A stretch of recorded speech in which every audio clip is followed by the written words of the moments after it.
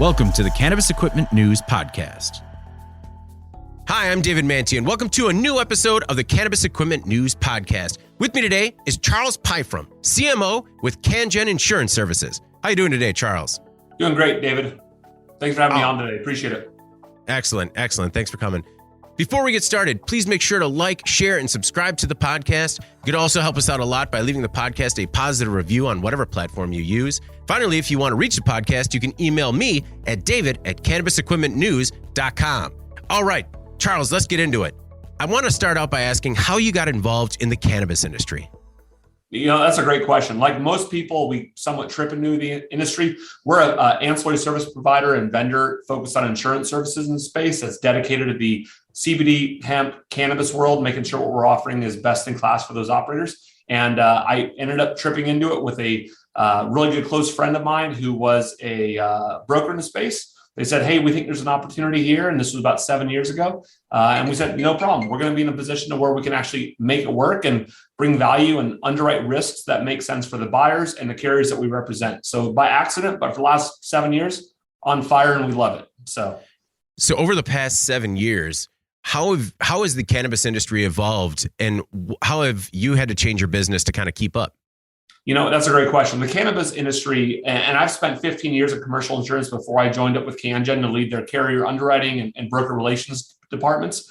As far as I'm concerned, this industry is so innovative and cutting edge and drives value for the not only buyers, but also the operators in the space who really want to, perpetuate change in what's been, federally illegal industry, right? And so coming along, and how do we find things that make sense from a underwriting standpoint that are great, but seeing what the other states have done where we can add value and where the states can learn from what others have done well and how they can help perpetuate change that make it beneficial for those buyers who are looking for legal product in accessible markets on a national basis. So when I think of insurance, it kind of makes me think of banking, and I think of how difficult banking has been in the industry.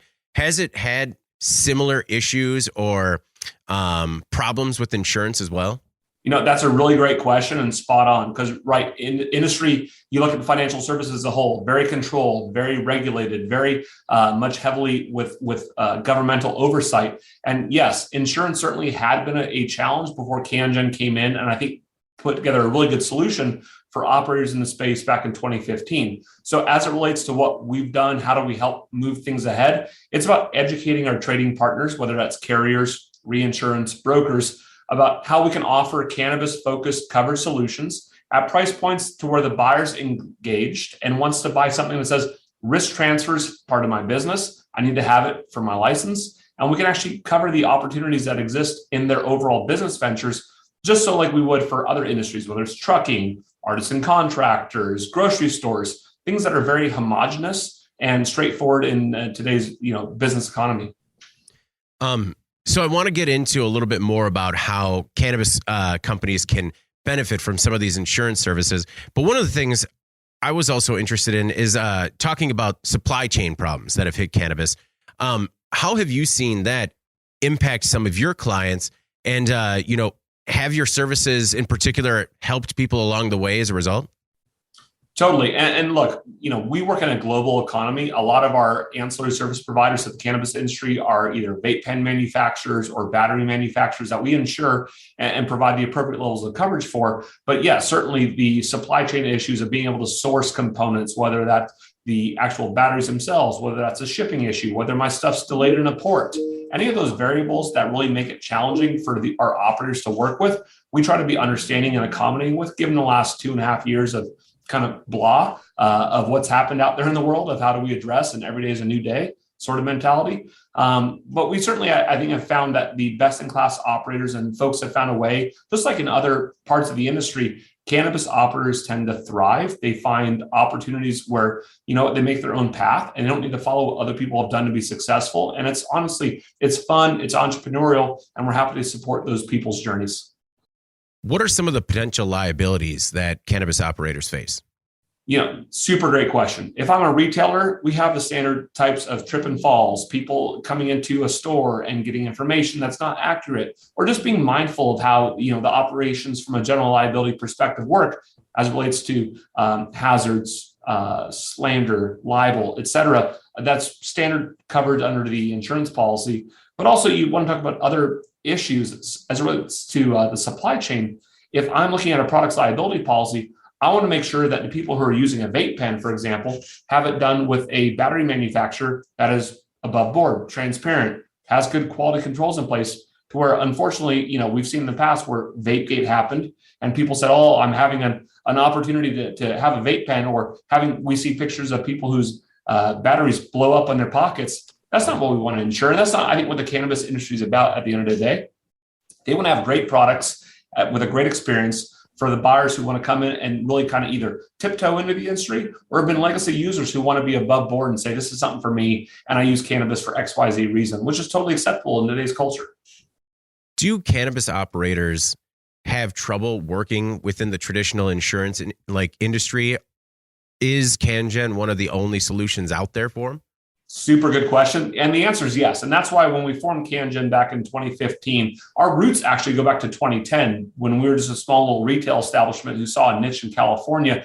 And we grew over time to be the largest underwriter of cannabis risks, CBD risks, hemp risks in the US. And through our sister company, Next Wave Insurance Canada, so where we cover North America on a global platform for insurance policies that add value for our clientele. And we have significant operators in both countries. And we'll continue to expand our overall portfolio of products we offer, to where when people come to CanGen, we have a great reputation for great underwriting, quick process, turnaround, service, responsiveness, all that fun stuff that matters when, in all fairness, I'm trying to grow my business as quickly as I can. I don't want insurance to be an impediment or slow me down. So for that point, we built this underwriting facility. We call it a managing general underwriter, and we underwrite on behalf of insurance carriers on a nationwide basis, and we act as if we are them. So when they come to us, we know where we're underwriting cannabis risks, which for the household operators out there who are used to maybe going to a Travelers or a Hartford or a CNA, large scale commercial insurers, they don't want to write cannabis because it's federally illegal and it's not for them. Meanwhile, our team of nearly 100 insurance professionals have built a great brand, a great reputation, and a great product offering that we think meets the needs of today's buyers. Talking about meeting the needs of today's buyers, I wanted to kind of go through specific types of people in the cannabis industry and see how specifically they could adapt or things that you can do to help out. I wanted to start with the equipment manufacturers because that's at the heart of the Cannabis Equipment News readership. So how can equipment manufacturers think to protect themselves from the insurance side? Totally. Equipment manufacturers are part of a huge material shift in how people consume cannabis, right? If we're looking at extraction companies or distillation companies or people who manufacture that huge CapEx expenditure for these operators to get up and running, we want to make sure that they're doing it in a way that makes sense, not only from an underwriting standpoint, i.e. you have good quality controls in place, there's certified manufacturing testing to make sure it's good and above board and it works, but also that consistency of experience. No one wants to spend $1 million on equipment and have it start failing 2 weeks into installation, right? So I think being able to provide something that says we bought from a reputable manufacturer who has the support needed to make sure not only our team knows how to use it right, but we can do it in a safe and effective manner so we can qualify for insurance. And just because we're a CO2 based extraction company, why should we be precluded from having insurance? So we ask a few more questions for those types of operations. But at the end of the day, we want to make sure our best-in-class product offering is available to anyone who is a legally licensed plant-touching entity. As you're asking those questions, how often are you helping a potential client maybe change the way they were planning on doing business? We work with a handful of independent retail and wholesale brokers that we've chosen who qualify for what we think is a fantastic solution for our buyers out there. We help give them the education. And for the right client, we'll help directly get involved with the end user and insured as it relates to what they can do to make sure they not only qualify for their insurance, but if there's a claim, everyone's on board and transparent, meeting of the minds about what's covered and what's not. So there's no surprises because no one likes a bad claims experience. And we want to make sure that when we underwrite our risks, we're working with those folks who not only get it, are willing to understand the components of what they have to do, but also we can give advice to make sure it's a great experience should the worst, sort of experience, which ultimately is having to file a big insurance claim, does happen. But we're here to protect that. You were talking about some new products that you're looking at launching soon. What are some of the things that you're looking at in terms of new coverages?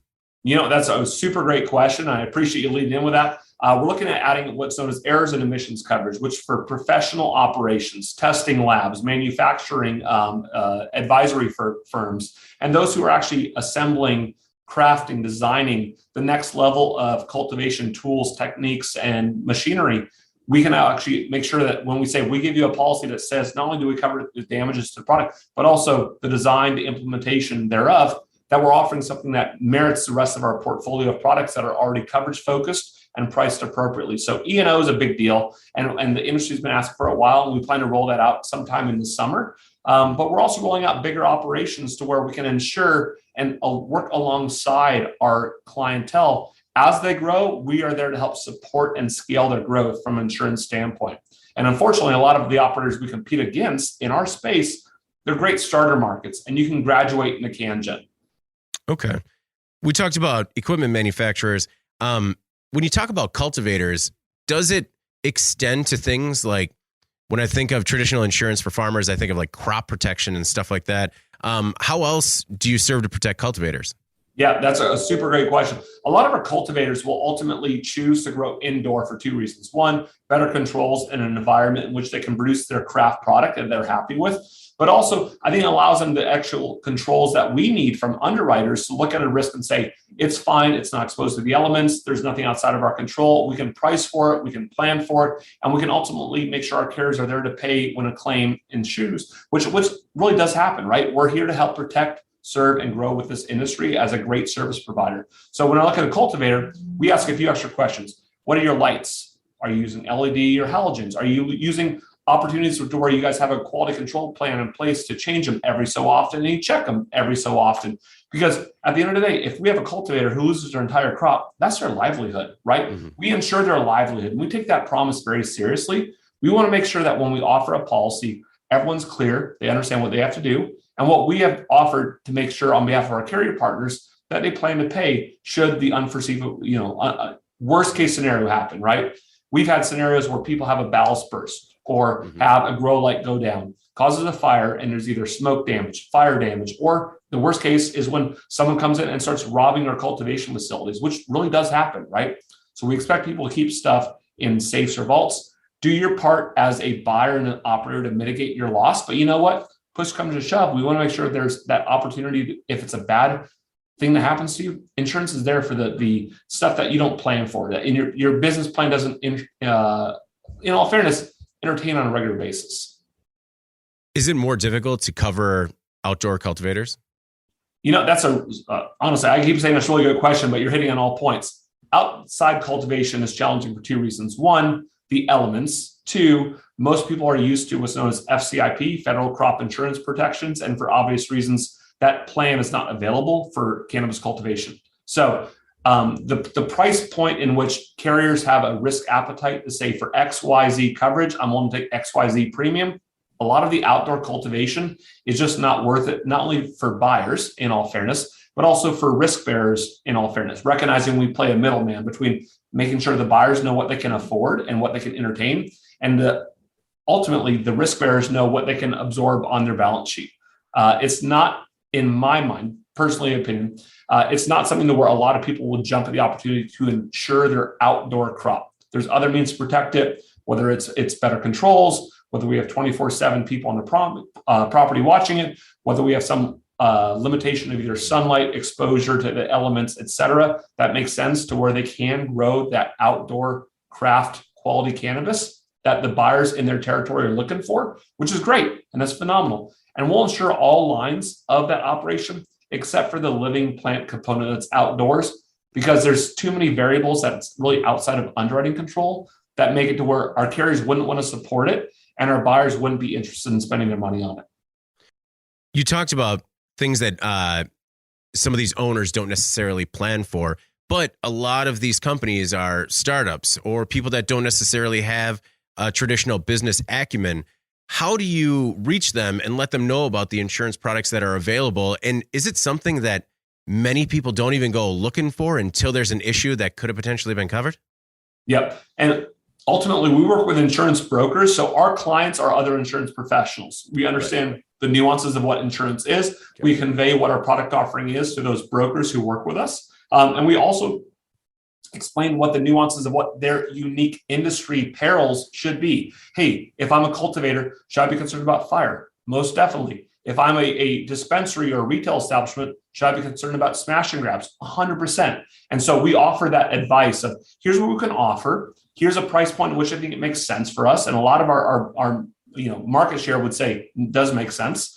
But when we look at where we can provide value, it's really about being great advisors, especially those who haven't asked the right questions. So to any operators who are listening, please work with an insurance broker who does other insurance business. They should not be your first client. They should understand the nuances that make cannabis unique from a risk profiling perspective and help you find solutions that make sense for your P&L and bottom line.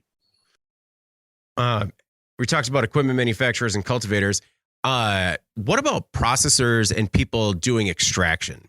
Because when I think of some of the larger incidents that have occurred in the industry from a safety perspective, it has been, with extraction equipment that has been misused or improperly installed. Yeah. And that's why it boils down to, honestly, the KYC approach, know your customer. And if I'm an operator, I'm the one to make sure that when I'm buying the extraction equipment, I'm buying it from someone who has a track record of success. They have a track record of standing by their product. And if there's an issue, they will come out and make sure they fix it and resolve it before the worst case disaster happens, which is something blows up. And there's unfortunately either damage to property, damage to people, loss of income, business gets shuts down, people lose their jobs. It's really, really bad and unfortunate. And we try to ensure to the worst case scenario to make sure that we can help support these businesses during what will be a unfortunate time in their operational efficiency, but also know who you're buying from. There's lots of people out in this industry that have been doing it for a really long time, and they probably have a good solution that works for the majority of operators out there. Finally, talking about manufacturers, you talked about vape cartridge manufacturers being in your portfolio. How about customers that are also in edibles and beverages and ancillary products like that? All that's qualified for us for all of our lines of coverage. It's absolutely something we understand the cannabis industry is evolving with.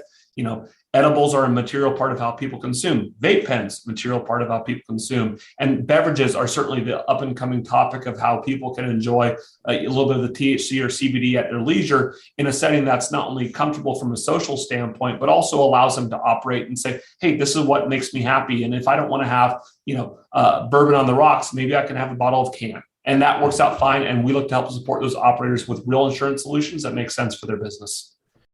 Of the product categories currently available on the market, what would you determine to be the most risky? That's a hard question. And here's why. Because depending on what I'm doing, I will have a different answer. So from a risk standpoint, if I'm a retailer, my biggest risk is theft. And how do I mitigate that? If I'm a cultivator, my biggest risk is fire. And how do I mitigate that? And if I'm a manufacturer, it's working in a explosion-proof room that mitigates the potential of what could take place.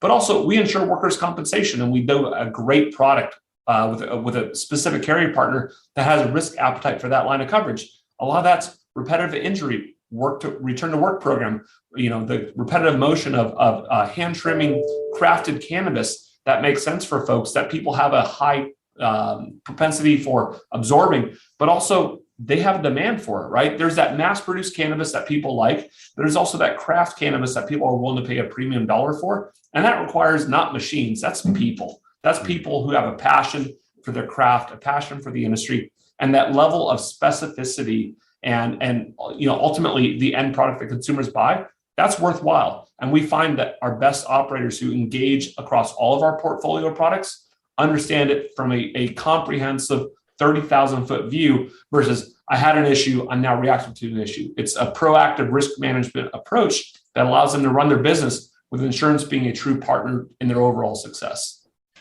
When I think of starting up a business, I think of, and we talked about banking a little bit already, but a lot of times it's the bankers or the financiers who are helping steer you in terms of the appropriate coverages that you need in order to protect your business because you're also protecting their investment. Are the same controls available in the cannabis industry, or is it something that, depending on where you find financing, it might be overlooked?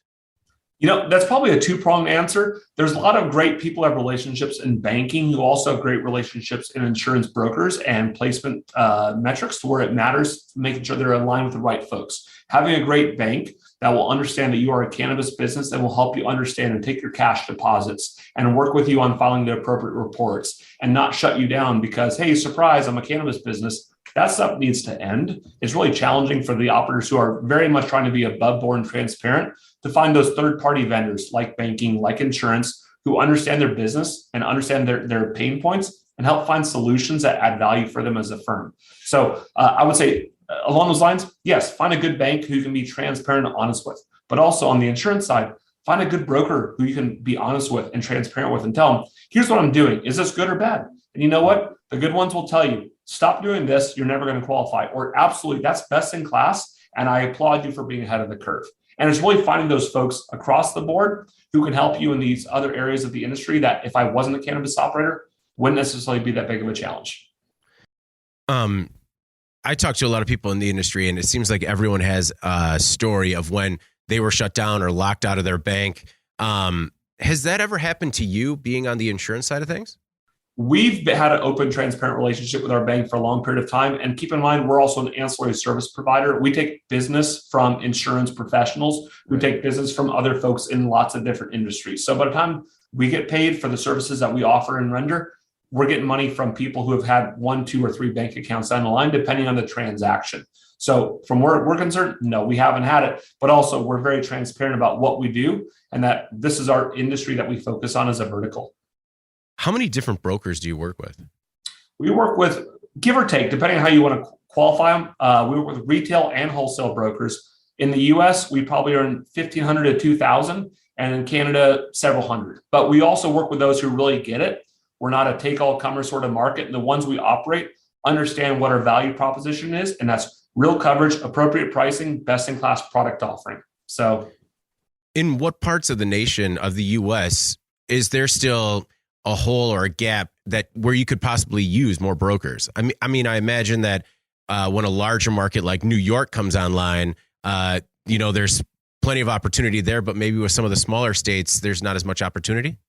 Right in line. Honestly, it boils down to who the relationships kind of foster up to from an insurance broker to buyer standpoint. In our industry, there's so much M&A happening in cannabis that even new markets are involving operators who have existing relationships. So I may be a broker in New York, but I may have business in California, Nevada, Washington, Oregon, across the board based on where my relationships matter. And that's honestly the core of who the cannabis culture supports, is a great industry that believes in elevating, raising the bar, making it better, and making it more mainstream. And we're trying to help support that.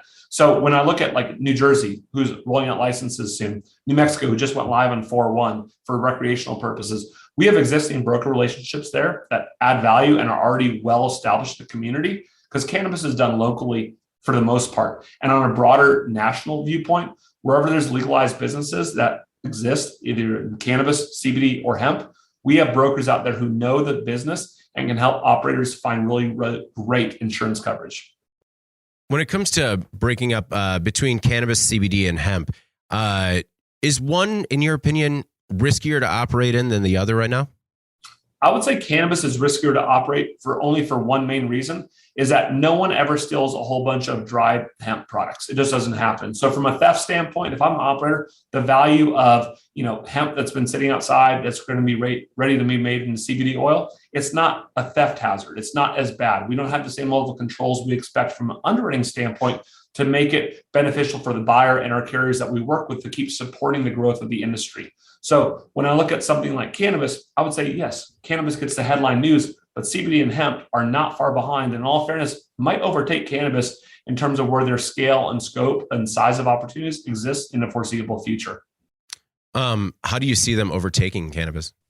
You know what? I saw an interesting story not too long ago, and it was from Whole Foods. Someone published something about the expectation of the top 10 products Whole Foods would sell. And it was 1 in 10 of those was going to be a CBD product. And they forecasted 3 of 10 to be a CBD product by 2025, something like that. Don't quote me on the exact verbiage. But like the fact that Whole Foods, owned by Amazon, such a mainstream company, is thinking 3 of their top 10 products will be CBD based, that's the supporting narrative of a broader scale, where I think that the CBD medicinal benefits will help overshadow potentially, right, wrong, indifferent, of where people choose to consume cannabis for the same reasons or for own personal uses. How about when it comes to synthetic THC, either synthetic products or also products like Delta 8? So Delta 8 is challenging. Some states say yes, some states say no, some states are very gray and it's open to interpretation. We underwrite some risk with Delta 8 on a case-by-case basis. It's not directly in, it's not directly out of our portfolio of products, but we also, uniquely look at the nuances of an individual risk. Where are they operating? Because the last thing we want to do is be insuring something that's quote unquote illegal, right? By what a state says. So we're above board. We're transparent with our trading partners. We tell our operators, hey, here's what we would entertain for a risk. But you know what? Maybe you stop selling that 2% of your sales as Delta 8 because in California, you can't do it, or whatever it happens to be, right? Using that as an example. Synthetics for the same reason. It's a little bit more challenging, especially when you look at product liability and what the long-term effects are of synthetic cannabinoids, how it affects the endocrine system, how it affects the body, how it affects mind, wellness, all that fun stuff. Insurance is about numbers, figuring out what the unknowns are, pricing accordingly. And in all fairness, there's a lot of unknowns around that we choose to write profitably for our carrier partners and the folks that we want to work with, but also making sure that the product is there. And we're not I'm here 1 week, I'm not the next. That's not good for anyone. Disruption and chaos is not good for pricing, for buyers. And that's who we work for every day, right? We want to make sure what we're doing is great, is value add, and hopefully makes their business sustainable for the long term. You talk about how you don't want chaos. Do you think it'll be a little bit calmer waters if and when things go federally legal? I think it will be a little bit calmer waters, but also keep in mind, like for our industry, insurance specific, we don't move very quick. That's not a historical nature of what insurance as a general placement has been. So even if it takes 3 months, 6 months, 9 months, 12 months for someone to say, oh, it's federally legal now, the biggest insurers in the country who don't touch cannabis, they might still say, you know what, the risk reward is not there. It's not big enough for us to entertain. And that's where a specialty underwriting facility like CanGen really can continue to add value even in a post-federal legalization standpoint. Okay. Is that something where, do you believe CanGen will always operate independently, or is it something where you think once things opened up, there might be potential movement in terms of like a merger acquisition? Hard to say. We're always on the lookout, and we have a fantastic partner of carriers on our panel, not only on a risk bearing, but also on a reinsurance basis. But look, this is what we do. We've been doing it for a decade strong in one way, shape, or form. We're the market leader for a reason, and we happily will entertain, the broader discussions of supporting the growth of the industry in our role that we recognize and take very seriously. What are the top or most common claims that you see from cannabis customers? It's theft, it's fire, and for our distribution and delivery, it's traditional commercial auto exposures. I rear-ended because I wasn't paying attention. Someone hit me because they weren't paying attention. And we see a handful of stuff across the board. For workers' comp, it's repetitive injuries or one-off freak accidents. But from the standpoint of really what is people should be concerned about, fire, theft, risk mitigation, and appropriate levels of training for their operators to understand, hey, this is a safety hazard. Be mindful of that. Don't have to use the eye wash station down the road because you blew up an extraction facility. Learn how to use it. Understand the nuances around it, be mindful that it's serious. And you know what? That's what carriers are around to do, is support the inevitable, which does happen, but is often very preventable with the right protocols in place. What are your expectations for federal legalization? When do you think have a crystal ball? I mean, we talk about safe banking or the Claims Act or any of those other components that seem to get traction, no traction. Get traction, no traction. I'm approaching midterm elections. We talk about it. We don't. So it's hard to say. Look, at some point, this will go federally legal. I'm very confident of that. We got so many states, the vast majority. The train's left the station on what the states want to say. And at some point, federal legalization will come around. Your guess is as good as mine over when the right political environment allows for that to take place. From an insurance perspective, what are some of the things that the insurance industry could be doing better when it comes to cannabis? I think a lot of the KYC approach of know your customer, our best brokers and our most successful transactions and relationships for the last decade are around folks who really specialize in this. So again, for anyone who's listening, who's like, I'm a buyer, I have this business, I'm in a space, I have concerns over why XYZ policy, is it covering my needs? working with a broker who really gets it and does more than 1 or 2 cannabis deals a year, it's really important because unlike other industries that are more stagnant, manufacturing, contracting, it doesn't change really over time. Cannabis is one of those industries that continues to evolve at a pace that, in all fairness, probably outperforms other industries as it relates to needs, changes, exposures, what happens on a year-over-year basis, where our average client on a year-over-year basis doubles in revenue and triples in size. That's a great story to tell, but it's also, are you doing it at scale? Are you doing it in a way that's sustainable? Or are you just trying to put out whatever the first fire is that shows up on your desk, right? So working with someone who gets it helps understand the nature of what's out there, right? And we have our competition out there, looking at what's out there and finding what's best for the buyer on any given annual renewal cycle is really what's most important. But finding a provider who gets your business, I think, is really the message I'd like to convey to your audience about why it matters. Because if you're dealing with a guy who does, traditional home and auto insurance all day and your buddies and you see him at, dad's softball on Friday, maybe that's not the right guy. And I'm not saying he's the wrong guy, but I'm saying you should have questions because cannabis is not a commodity at this point. It's very specialized. It's very niche oriented. And we want to make sure that the people we work with understand where we fit in a transaction and what our folks can expect from us should the worst take place. I mean, I could see that happening a lot in this industry. It's definitely a very collaborative industry where everybody is very trusting. But I mean, you're right. You gotta vet people, make sure that you're working with the right person.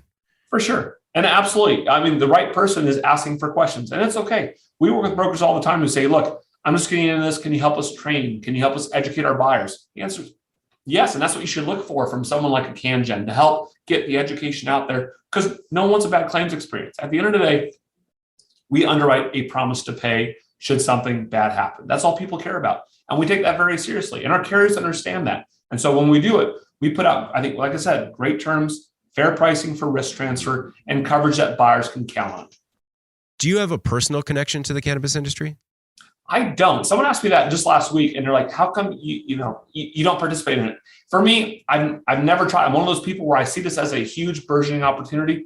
I haven't yet. I haven't had the right opportunity. I'm sure at some point I'll come around, but for right now, no personal connection aside from having friends who've owned businesses and have been done wrong by other insurance professionals in the space. So it's kind of personal from that level, but no personal connection for me as an individual. I mean, I feel like that's personal enough. If you see a friend get wronged, that's any reason to jump in the game. Reason enough, and trying to help educate and make sure that story doesn't, manipulate itself over and over, right? We want to make sure that we're doing a good service as a vendor to the industry, and we're around for the long term.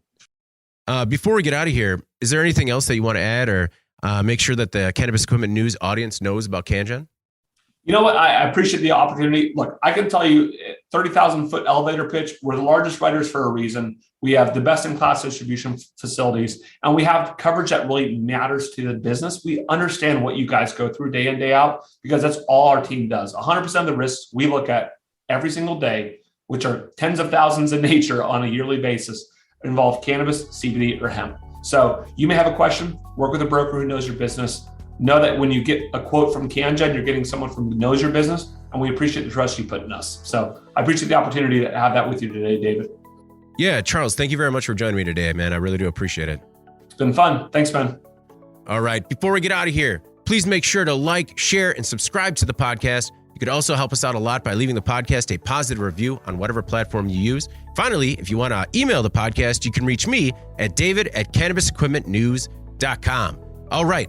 For Charles Pyfrom, I'm David Manti. This is the Cannabis Equipment News Podcast, and we'll see you next week. Thank you for listening to the Cannabis Equipment News Podcast.